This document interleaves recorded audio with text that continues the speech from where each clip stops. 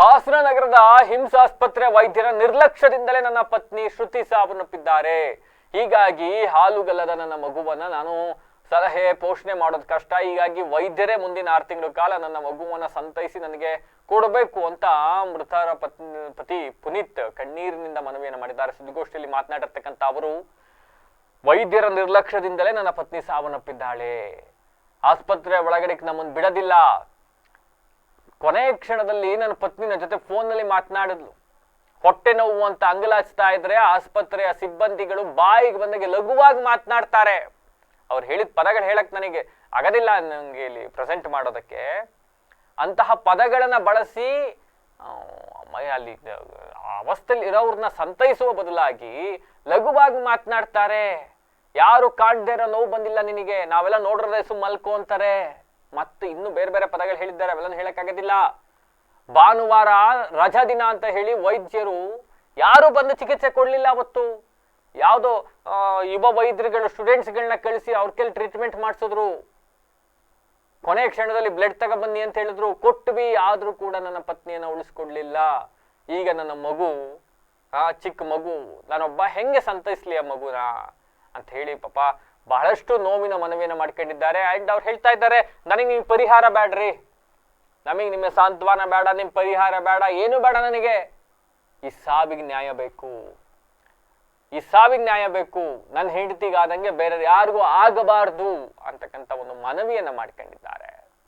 Sir, ಶನಿವಾರದ ದಿನ 1 ಗಂಟೆ night 1 ಗಂಟೆಲಿ ತಂದು ಅಡ್ಮಿಟ್ ಮಾಡಿದ್ದು. ಭಾನುವಾರ ದಿನ 1 ಗಂಟೆ ಡೆಲಿವರಿ ಮಾಡಿಸವ್ರೆ ಅಂದರೆ ಒಬ್ಬ ಪ್ರೆಗ್ನೆನ್ಸಿ ಪೇಷೆಂಟನ್ನು ಇವ್ರು ಯಾವ ಥರ ನೋಡ್ತಾವ್ರೆ, ಹೆಂಗೆ ಮಾಡಿದ್ರು, ನನ್ನ ಸೊಸೆಗೆ ಎಷ್ಟು ನೋವು ಕೊಟ್ಟವ್ರೆ, ಆ ಡೆಲಿವರಿ ಆಗ್ಬೇಕಾದ್ರೆ ಎಷ್ಟು ಪಾಡು ಬಿದ್ದೈತೆ, ಅದನ್ನು ನನಗೆ ಅರಗಿಸ್ಕೊಳಕ್ಕಾಯ್ತಾ ಇಲ್ಲ. ಇವರು ಮಾಡಿರೋಂಥದ್ದು ಇವರು ಎಷ್ಟೊಂದು ನೆಗ್ಲೆಕ್ಟ್ ಮಾಡಿದ್ದಾರೆ ಅಂತ ಅಂದರೆ ಅದನ್ನು ಹೇಳ್ಬಾರ್ದು. ನಮ್ಮ ಸೊಸೆಗೆ ಬಂದಂಥ ಕಷ್ಟ ಬೇರೆಯವ್ರಿಗೆ ಬರಬಾರ್ದು. ಇವರು ಆ ಥರ ಅವರು ಯಾರು ಏನು ಮಾಡಿದ್ದಾರೆ ಅವ್ರಿಗೆ ಶಿಕ್ಷೆ ಆಗಲೇಬೇಕು. ಸರ್, ದಯಮಾಡಿ ದೊಡ್ಡ ತನಿಖೆ ಮಾಡಿ ಸರ್. ಇದು ಆ ಡ್ಯೂಟಿನಲ್ಲಿ ಯಾರಿದ್ರು, ಯಾವ ನರ್ಸ್ಗಳಿದ್ರು, ಅವರೆಲ್ಲರನ್ನೂ ಸಸ್ಪೆಂಡ್ ಮಾಡಿ ಮನೆಗೆ ಕಳಿಸಿ ಸರ್. ಭಾನುವಾರ ಅಂದ್ಕೊಂಡು ಮನೇಲಿ ಕೂತ್ಕೊಂಡು ಮಾಡೋ ಟೆಕ್ನಿಷಿಯನ್ಗೆ ಫೋನಲ್ಲಿ ಕಾಂಟ್ಯಾಕ್ಟ್ ಮಾಡ್ಕೊಂಡು ನನ್ನ ಹೆಂಡ್ತಿಗೆ ಪೇಯ್ನ್ ಬರೋದನ್ನ ಹೇಳ್ಕೊಂಡು ಇಂಜೆಕ್ಷನ್ ಕರೆಕ್ಟ್ ಟ್ರೀಟ್ಮೆಂಟ್ ಕೊಡೋದಲ್ಲ ಇವರು ಸಾಯಿಸ್ಬಿಟ್ಟಿದ್ದಾರೆ ಸರ್. 2:15 ಡೆಲಿವರಿ ಮಾಡಿಸಿ ರಾತ್ರಿ 8 ಗಂಟೆಗೆ ನಮ್ಮ ಮನೆಗೆ ಕರ್ಕೊಂಡೋಗಿ ನಿಮ್ಮ ಮನೆಯವ್ರನ್ನ ಉಳಿಸ್ಕೊಳಕ್ಕಾಗಿಲ್ಲ ಅಂತ ಹೇಳ್ತಾರೆ ಸರ್. ಯಾವ ಡಾಕ್ಟ್ರು ಆ ಥರ ಫೆಸಿಲಿಟಿ ಇಲ್ವಾ ಈ ಬಸ್ಸು ಈ ಗೌರ್ಮೆಂಟ್ ಹಾಸ್ಪಿಟ್ಲಲ್ಲಿ?